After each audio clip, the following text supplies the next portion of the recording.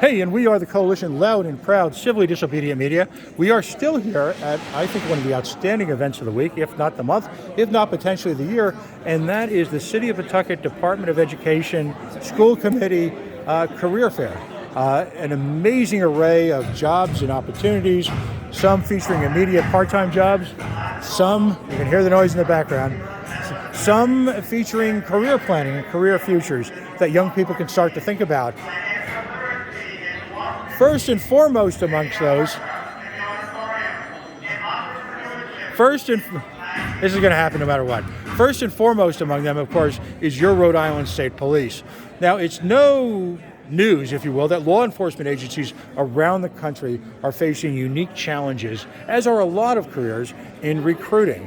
And a particular emphasis has been made on recruiting people within what we call the community, the urban core, so that we can develop community policing really to a whole new level. I'm with here Detective Demetrius Palmer. Did I get it right? That's correct. What barracks are you out of? I'm out of State Police Headquarters. Okay.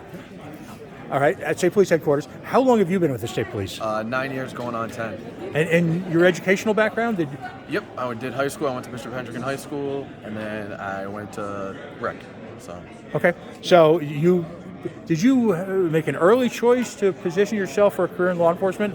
Yes, I did. Yep, I joined the State Police when I was 20, and I turned 21 in the training academy. Wow, okay.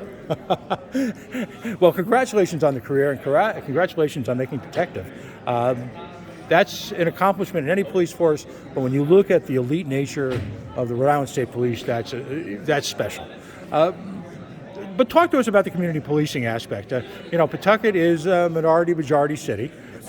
It's had its own challenges in recruiting minority members to public safety positions. What's your advice for young people, and how important is it for the law enforcement to reflect the community? Well, obviously, Rhode Island's very diverse, and we want to have Rhode Island State Police. We're going out to these events because I'm out there myself with Corporal Shibley and the members of the recruitment unit are there as well.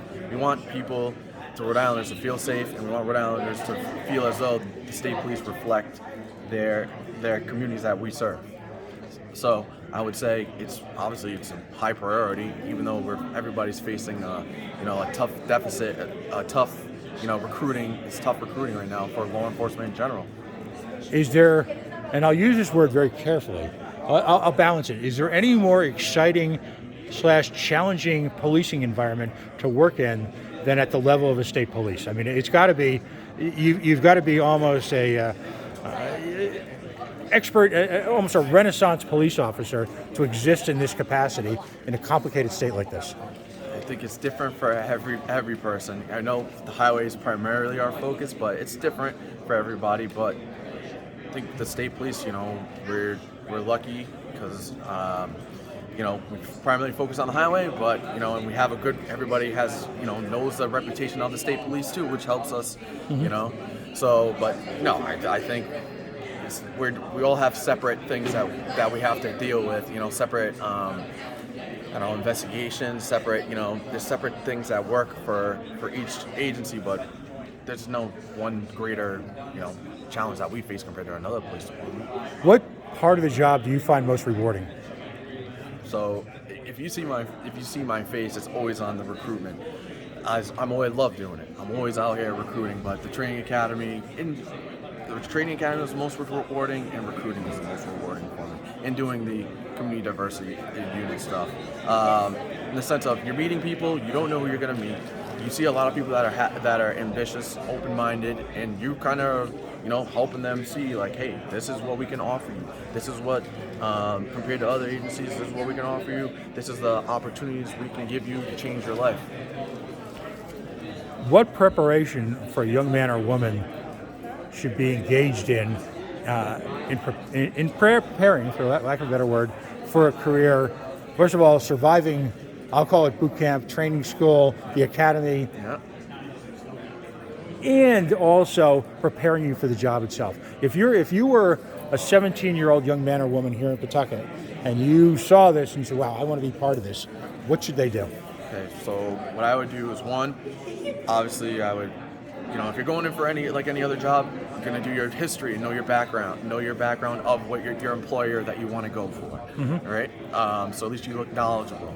I would also too be in, make myself look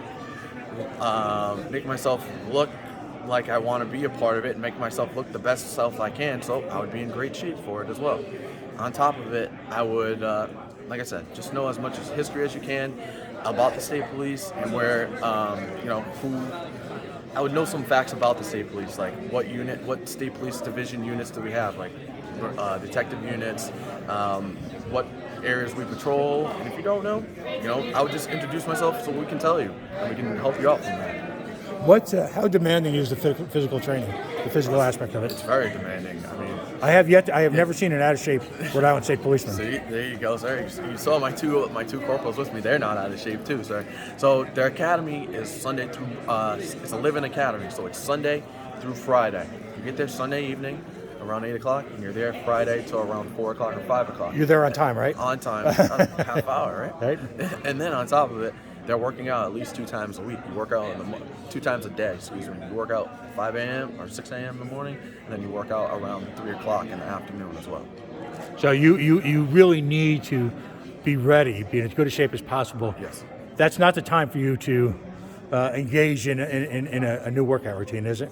I mean, In other words, it's not the time to start getting ready physically. oh, exactly. You need to be in shape well before, but you also too, on top of it, need to be mentally strong before that as well. And just like I said, like when you want to apply for any job, if it was law enforcement or not, business, you got to know a little history, right? You want to prepare yourself to make sure you get the job. Well, excellent.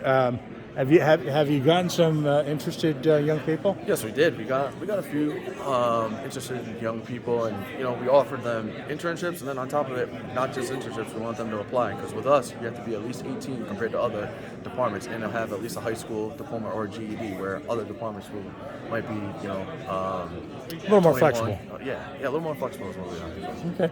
Well, listen, congratulations on your career, the work, and best of luck today.